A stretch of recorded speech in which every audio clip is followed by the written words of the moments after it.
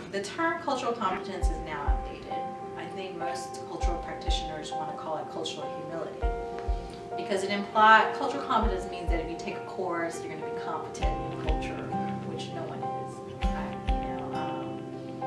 So now the new wave is cultural humility, where it's a lifelong way of thinking and trying to make sure that you're always checking yourself and your biases and your knowledge of power, oppression, and such, and marginalization. So cultural humility is what I'm going to call it.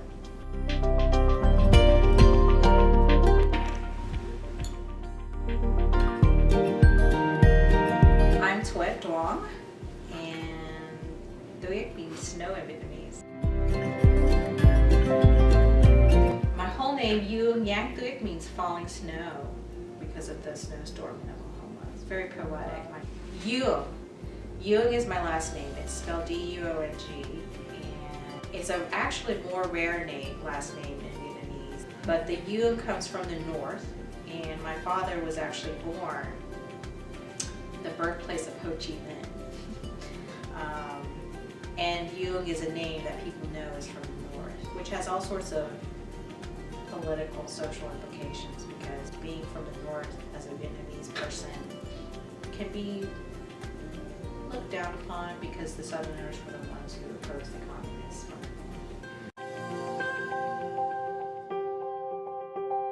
I was actually born in Oklahoma City. My parents were boat people from Vietnam, and they were resettled in Kansas, actually. My mom was visiting some relatives in Oklahoma, so that's why I was born. My first 5 years were in Kansas, where a small group of Vietnamese refugees were resettled. After Kansas, my dad had to redo his medical residency. His medical education wasn't accepted here. We moved to Louisiana. And we lived in Louisiana up until I was about 13 years old, so that was about 8 years in Louisiana. And then from there, my dad felt like there's better schools and opportunities in Texas, so he took a job in Houston.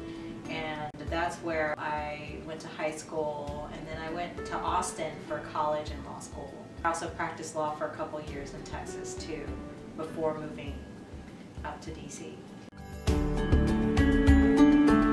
Really interesting for a Vietnamese girl back in the 80s, and it was hard being the only Asian in town. Middle school is the roughest time for any person's life sometimes, when you're awkward and you don't look like anyone else and you don't think like anyone else. I was isolated and put into talented, gifted classes, but I got treated differently because my brother and I were the only Asians in middle school. But I just remember a feeling of isolation, just because I was different, not only because they put me in different classes because of my academic performance, but everyone still, there was another layer of being segregated because of being Asian.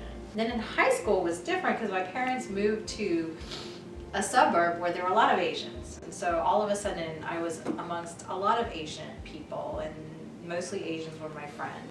And that was really jarring, to go from all white and black to mostly Asian. The things that drive me and the things that make me who I am now would not be there but for me growing up in Louisiana. As harrowing as it was still intrinsic part of how my worldview and why I went into the field I did. The idealism that I nurtured and the feeling that I had to kind of figure things out in my own without having other people's perceptions feeding it, that changed, that made me different than I think my peers. That made me feel like I wanted to go in public policy. I was in some of the worst rural school districts in America, Louisiana, and I turned out okay.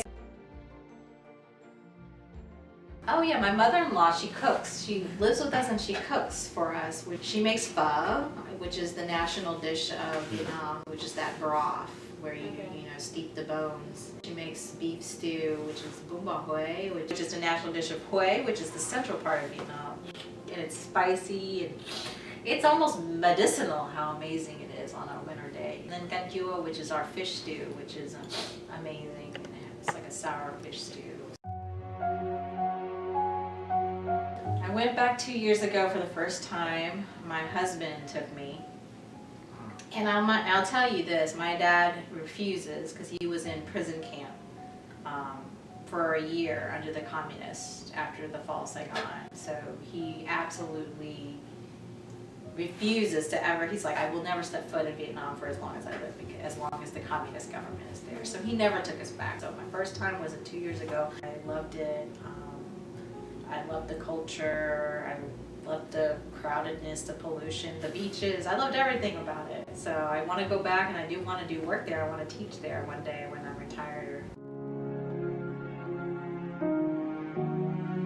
My father was a hard man to grow up with. That's why I think growing up in that environment with someone who, you know, was was highly traumatized and a little broken from the war probably affected me in different ways. And that's why, you know, I ran a domestic violence organization for, you know, a hot second, because I understood the work. I understood a little bit of what they've gone through. Working with trafficking survivors and torture survivors, trauma manifests itself in many different ways in people. We can't understate, you know, the experience of collective trauma. What I see amongst Vietnamese American youth is the same kind of underpinning of grief, of trauma, of having PTSD passed on to them and war trauma passed on to them, is that all of us really have a deep interest in mental health issues. All of us have some mental health issues. So there is something to be said about collective trauma being passed on, since I see the same trend amongst many Vietnamese American professionals I've been in contact with or sponsored or helped along the years, is that they feel that desire to be close to their people, to help their people, to advocate, to push. So yeah, definitely his history is deeply embedded in my motivation and drive. My first job was at a small nonprofit in Houston called Boat People SOS, and it was an organization created during the Boat People era, when many Vietnamese were migrating in boats to Malaysia, Thailand, and the Philippines, and they needed to be rescued. Boat People SOS was created by a group of philanthropists who actually literally rented boats to rescue the Vietnamese. And this nonprofit came out of it to provide long-term services to Vietnamese refugees here.